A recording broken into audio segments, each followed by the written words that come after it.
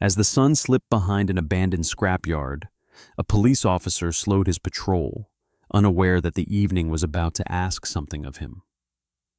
Through the wind and rusted steel came a faint sound, easy to miss, impossible to forget. A wounded mother dog stood tied with barbed wire, her 4 tiny puppies huddled silently at her feet. What began as an ordinary patrol quietly became a test of mercy, faith, and time.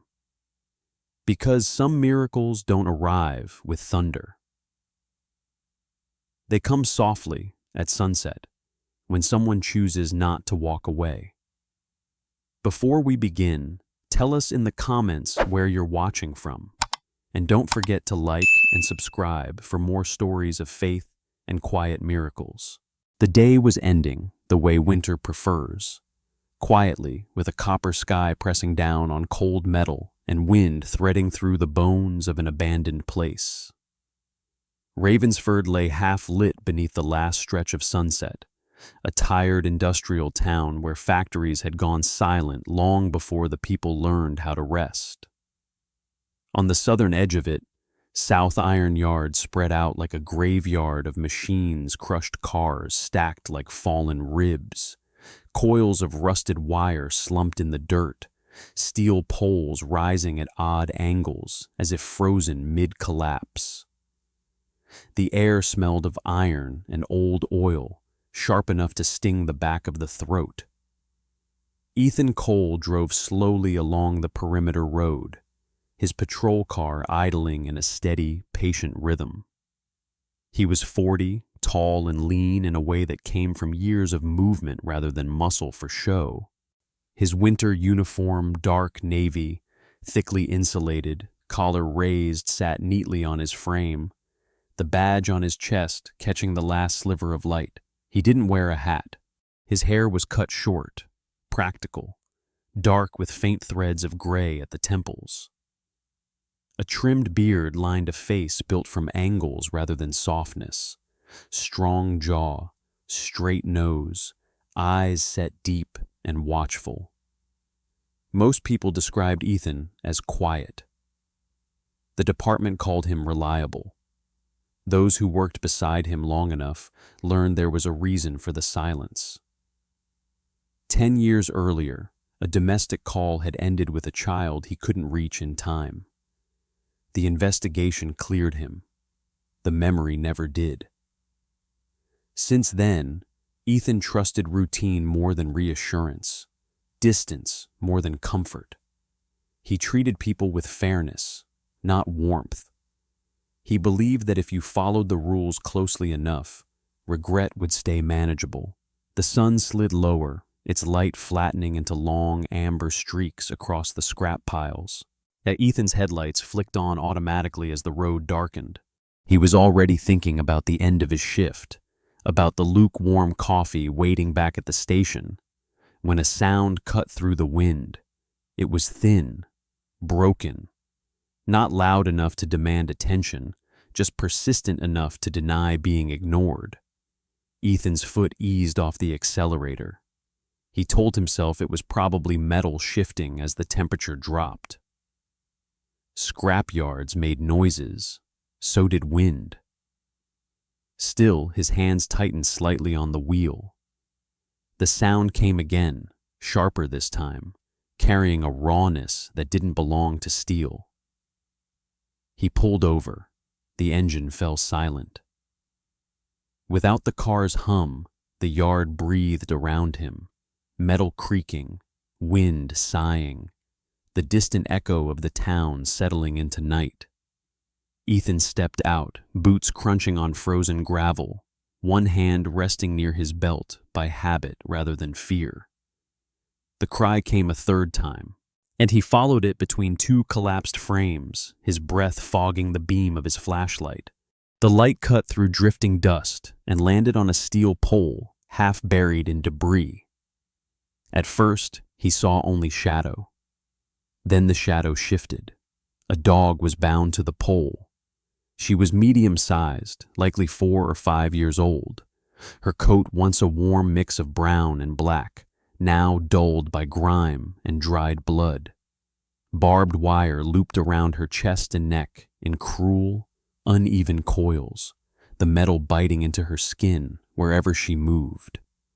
One hind leg was streaked dark where blood had dried and cracked. Her body trembled, not with aggression, but with exhaustion pushed past its limit. Her eyes met Ethan's light. They were dark and wide, holding no snarl, no warning, only a rigid, aching alertness, as if she had been holding herself upright for hours on nothing but will. At the base of the pole, 4 small shapes lay scattered in the dirt and snow. Puppies, tiny, filthy, curled in on themselves, ribs faintly visible beneath patchy fur. One twitched weakly, the others did not move at all. Ethan's chest tightened. He had seen wrecks. He had seen bodies.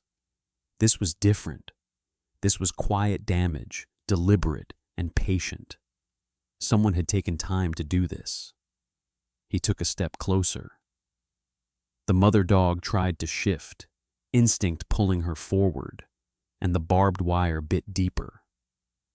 She let out a sound that wasn't quite a cry, more a breath forced through pain. Ethan stopped immediately, raising his hands as if she could understand restraint. "Easy," he murmured, the word barely audible. He wasn't sure who he was speaking to. The light around them dimmed faster than it should have. Clouds rolled in from the west, swallowing the last band of orange at the horizon. Wind swept through the yard in a sudden, colder rush. Then the sound stopped. The dog's chest still moved, shallow and uneven, but the cry was gone. Ethan swept the flashlight over the puppies again. The one that had twitched lay still now, snow gathering along its side. For a long moment, Ethan did nothing. Training urged him to call for backup, to follow protocol, to keep distance until animal control arrived. Memory whispered that distance had a cost. The yard felt larger in the dark, the steel closing in like a question without an answer. Ethan swallowed, his jaw tightening. He leaned closer, lowering his voice to the smallest sound he could manage. "Are they alive?" The wind carried the words away. The yard did not answer. And as night settled fully over Ravensford, Ethan stood between the rule book in his head and the silence at his feet, unsure whether the choice he was about to make would arrive in time. The beam of Ethan's flashlight steadied, and the truth came into sharp, unforgiving focus. The mother dog was bound with barbed wire wrapped in rough, overlapping coils around her neck and chest. The metal pressed so tight it had sunk into skin and fur. Each barb had done its work patiently. Dried blood darkened her hind leg and streaked along one shoulder, cracked and dull like old paint. Her body was thin to the point of angles, ribs faint beneath a coat that had once been thick. She shook with shallow breaths, not from fear, but from the kind of exhaustion that strips a body down to instinct alone. Her eyes never left Ethan. They held no challenge, no plea, only a strained, unwavering watchfulness, the look of a creature counting seconds without knowing why. At the base of the pole, 4 puppies lay scattered in a small, uneven ring. Now, they were days old at most. Their fur was matted with dirt and snow, bellies too small, limbs tucked tight against themselves for warmth they could not find. One had a white blaze across its muzzle. Another was almost entirely black, its nose pale with cold. None of them cried now. The silence pressed harder than sound ever could. Ethan crouched slowly, keeping his movements deliberate. When the mother dog tried to rise again, the wire bit deeper, and she let out a broken sound that barely passed for a whine. He froze at once, hands open, palms down. Years of patrol had taught him how quickly pain turned into panic. "I see you," he said quietly, his voice pitched low, steady, the way he spoke to frightened people at accident scenes. He wasn't sure it mattered. He needed it to matter. He scanned the ground. There were footprints, boots, and heavy tread half buried by wind-blown grit. Fresh enough to tell him this had not happened days ago. Someone had been here at dusk, or later, and had left in a hurry. The realization hardened something behind Ethan's ribs. This wasn't neglect. It was intention. A sound drifted from the far end of the yard, metal clinking, slow steps. Ethan straightened, one hand lifting instinctively in warning. A man emerged from between stacked doors and bent fenders, his posture cautious, his shoulders rounded against the cold. He was in his late 50s, medium height, with a stoop earned from years of lifting more than people were meant to. His jacket was canvas, oil-stained, patched at the elbows. A gray beard covered most of his face, untrimmed but not wild, and a knit cap sat low over thinning hair. "Didn't think anyone came back here after dark," the man said. His voice was rough, not unkind. Ethan angled his body slightly, keeping himself between the man and the dogs. "Police," he said, and nodding toward his badge. "You work here?" The man nodded once. "Name's Frank Miller. Night watch, when they bother to pay for one." Frank's eyes followed Ethan's light, and when he saw the pole, the wire, the small shapes at the ground, his mouth tightened. He didn't step closer. "Jesus," he muttered. "I heard something earlier. Thought it was scrap shifting." Ethan studied him. Frank held himself with the weary neutrality of someone who had learned not to ask questions unless necessary. His hands stayed visible, fingers thick and scarred, nails rimmed with grease. "Anyone else around tonight?" Ethan asked. Frank shook his head. "Not since sunset. Couple guys dumped a load earlier. Didn't recognize 'em. Left fast." He swallowed, eyes lingering on the puppies. "That wire ain't ours," Ethan nodded. He already knew that. He reached for his radio, then hesitated. The wind cut sharper, and the temperature dropped another notch.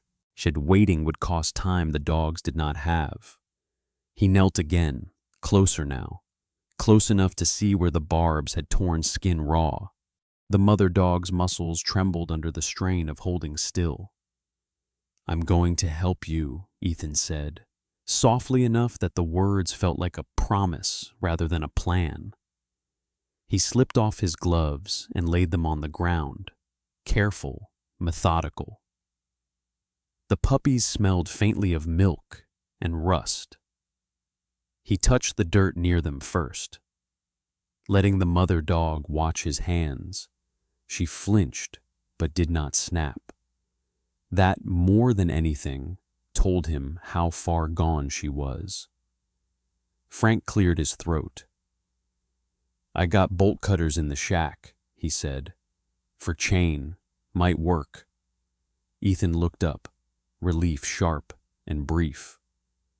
"Get them, please." While Frank moved off, Ethan pulled his jacket open and shrugged it free, spreading it gently over the puppies without lifting them, trapping what little warmth remained. One of the smallest bodies shuddered beneath the fabric. It's a movement so slight it might have been imagined. Ethan leaned in, lowering his voice until it was barely sound. "Stay with me," he whispered. When Frank returned, the bolt cutters hung heavy in his hands. Ethan took them, tested the grip, and positioned the jaws carefully against the wire, choosing a spot where a cut would ease pressure without tearing flesh. The first squeeze rang out, a sharp metallic snap that echoed through the yard. The mother dog jerked, then stilled, eyes locked on Ethan's face. He waited a beat, breathing slow, then cut again. The wire loosened by inches. Blood seeped fresh and bright where the barbs released. Ethan worked in measured pauses, cutting, waiting, letting her body adjust. With each release, the tension left her frame in visible degrees. By the time the last loop fell away, clattering onto the dirt, the sky had gone fully dark. Ethan slipped his jacket around the mother dog's shoulders, careful of the wounds. For the first time since he arrived, he allowed himself to think ahead. Not protocol, not reports, only distance, warmth, and time. He lifted his eyes to the puppies, counted them again, and felt the weight of the next choice settle firmly into his hands.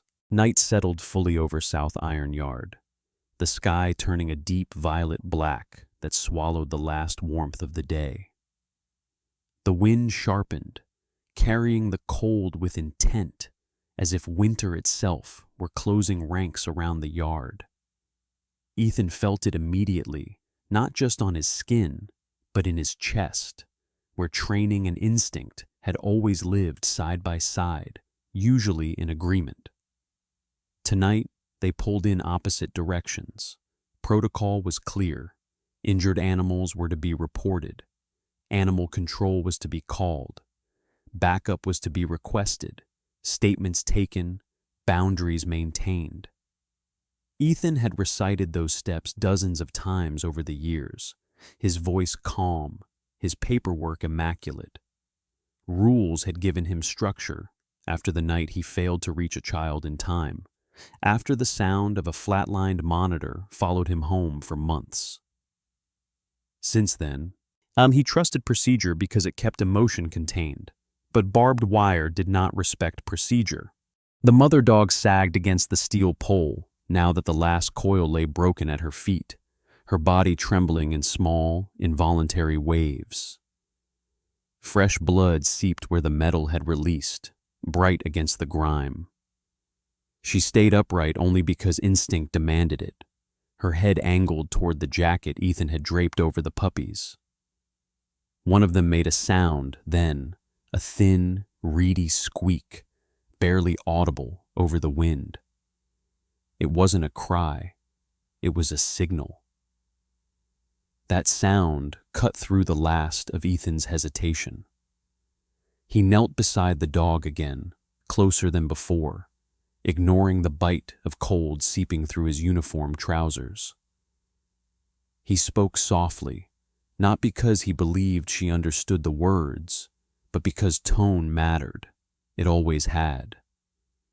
"I've got you," he said, the promise leaving his mouth before he could measure its cost.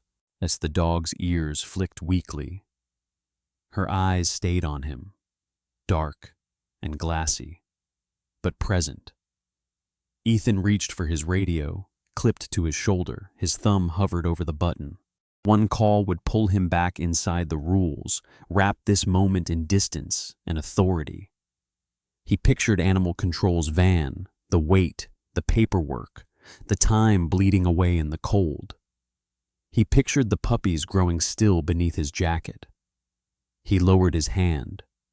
Instead, he pulled out the small folding knife he carried, not department issued, but his own, the blade worn smooth at the hinge. He used it to pry loose a final snag of wire embedded shallowly in the dog's fur, moving with a patience born from years of learning how not to make things worse. The dog flinched once, then leaned into the pole again, exhausted. Behind him, Frank Miller shifted his weight, boots scraping softly. Frank kept his distance, hands stuffed into his jacket pockets, shoulders hunched. He looked older in the dark, the lines in his face deepened by the yard's harsh light. "You sure about this?" he asked, not challenging, just checking. Frank had spent most of his life watching things fall apart slowly. He recognized the sound of a man stepping off a familiar path. Ethan didn't turn. "No," he said, "but I'm doing it." He shrugged out of his duty belt next, setting it carefully on the ground, then unbuttoned the thick insulated jacket of his uniform. The cold cut through him immediately, sharp and personal. He wrapped the jacket around the mother dog's shoulders and chest, easing it into place so it didn't press against the wounds. The dog's breathing hitched at the contact, then steadied. Warmth, even borrowed, made a difference. Ethan scooped the puppies one by one, moving them from the frozen dirt to the inside of his jacket, pressing them gently against his chest. They were lighter than they should have been, fragile as breath. One was mottled gray and white, its eyes sealed shut. Another had a faint brown mask across its face, yet they smelled of rust, milk, and cold. He counted them twice, then a third time, because counting anchored him. 4. Still 4. The mother dog watched every movement.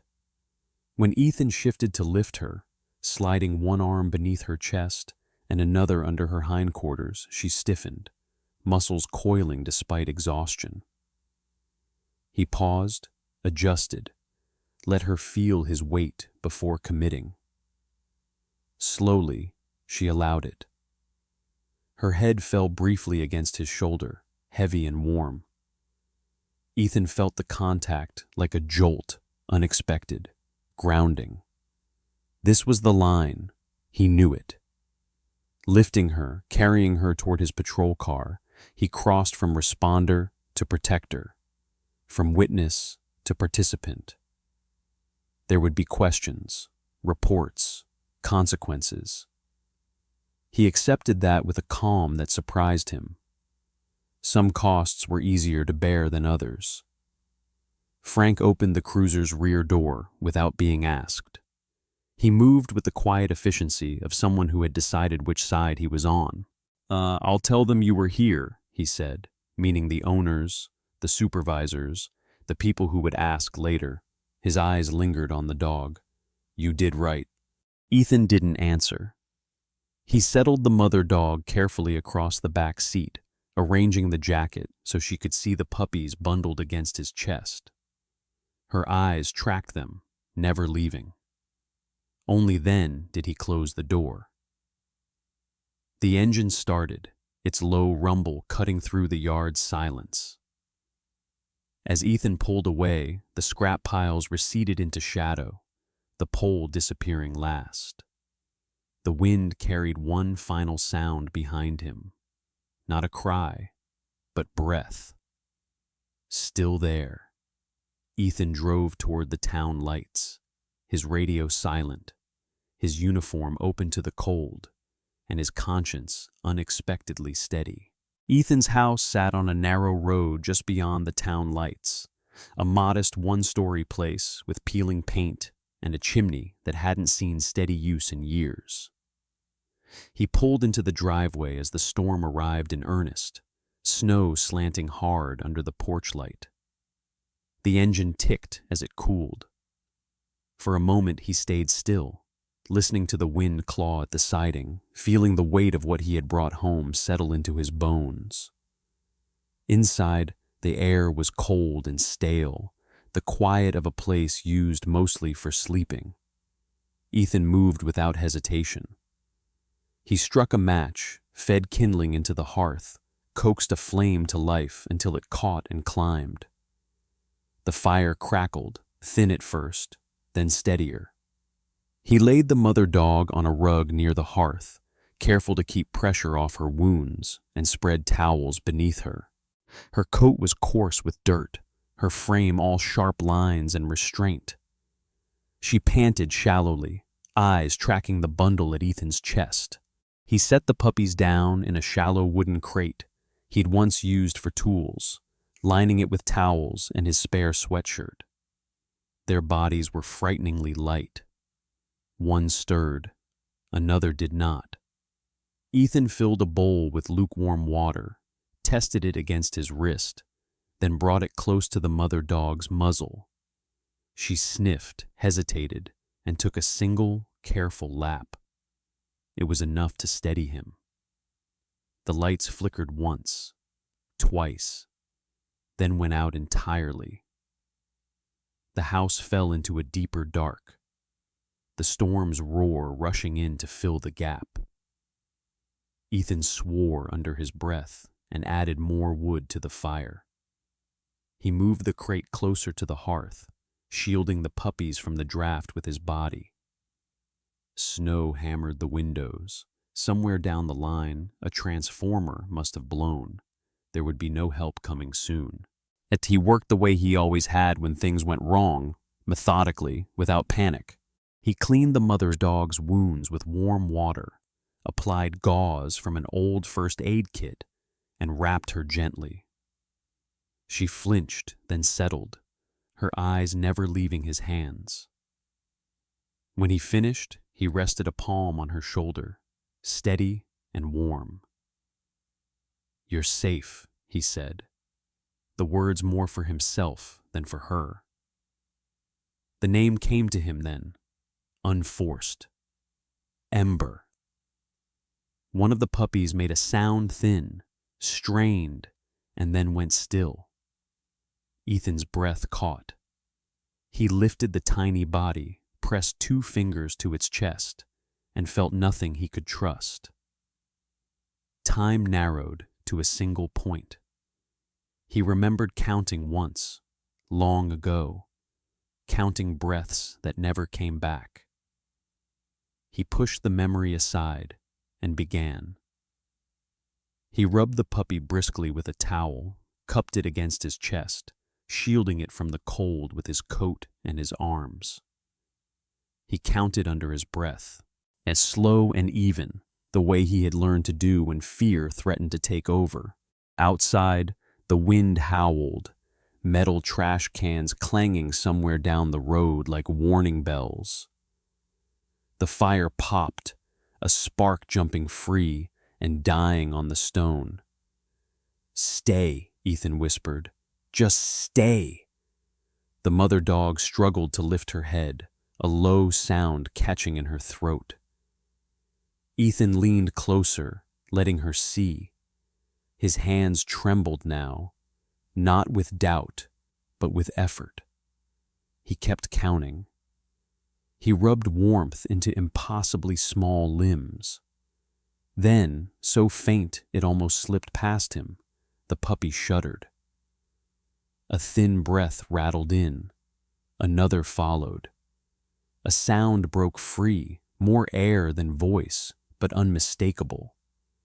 Ethan laughed once, a short, broken sound that surprised him as much as it did the dog. He eased the puppy back into the crate, arranging the others around it, building a nest of cloth and heat. And Ember watched him with a focus that felt like a bond being forged, something fragile but real. Fear still lived in her eyes, but trust had begun to take root beside it. Hours passed, measured in logs, added to the fire and quiet checks of breath and warmth. Ethan sat on the floor, back against the couch, boots still on, every sense tuned to the smallest change. The storm pressed the house hard, but the walls held. The fire held. The breathing held. Near dawn, the wind eased. The snow softened into a steady fall. The house smelled of smoke and wet wool and life stubbornly continuing. Ethan rested his head back and closed his eyes for the first time, not to sleep, but to breathe. Ember shifted closer, her flank warm against his leg. He reached down without looking and let his hand rest there, steady and present. Outside, Ravensford lay buried and silent. Inside, against the odds, 5 hearts kept time with the fire. Morning came slowly, filtered through clouds still heavy with snow.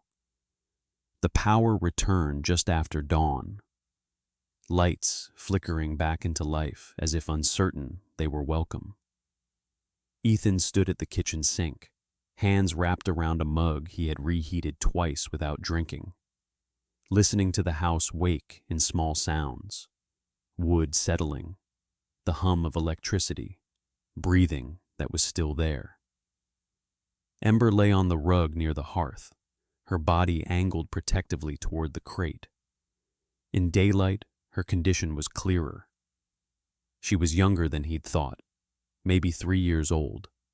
Her coat, once thick and glossy, now thinned by neglect.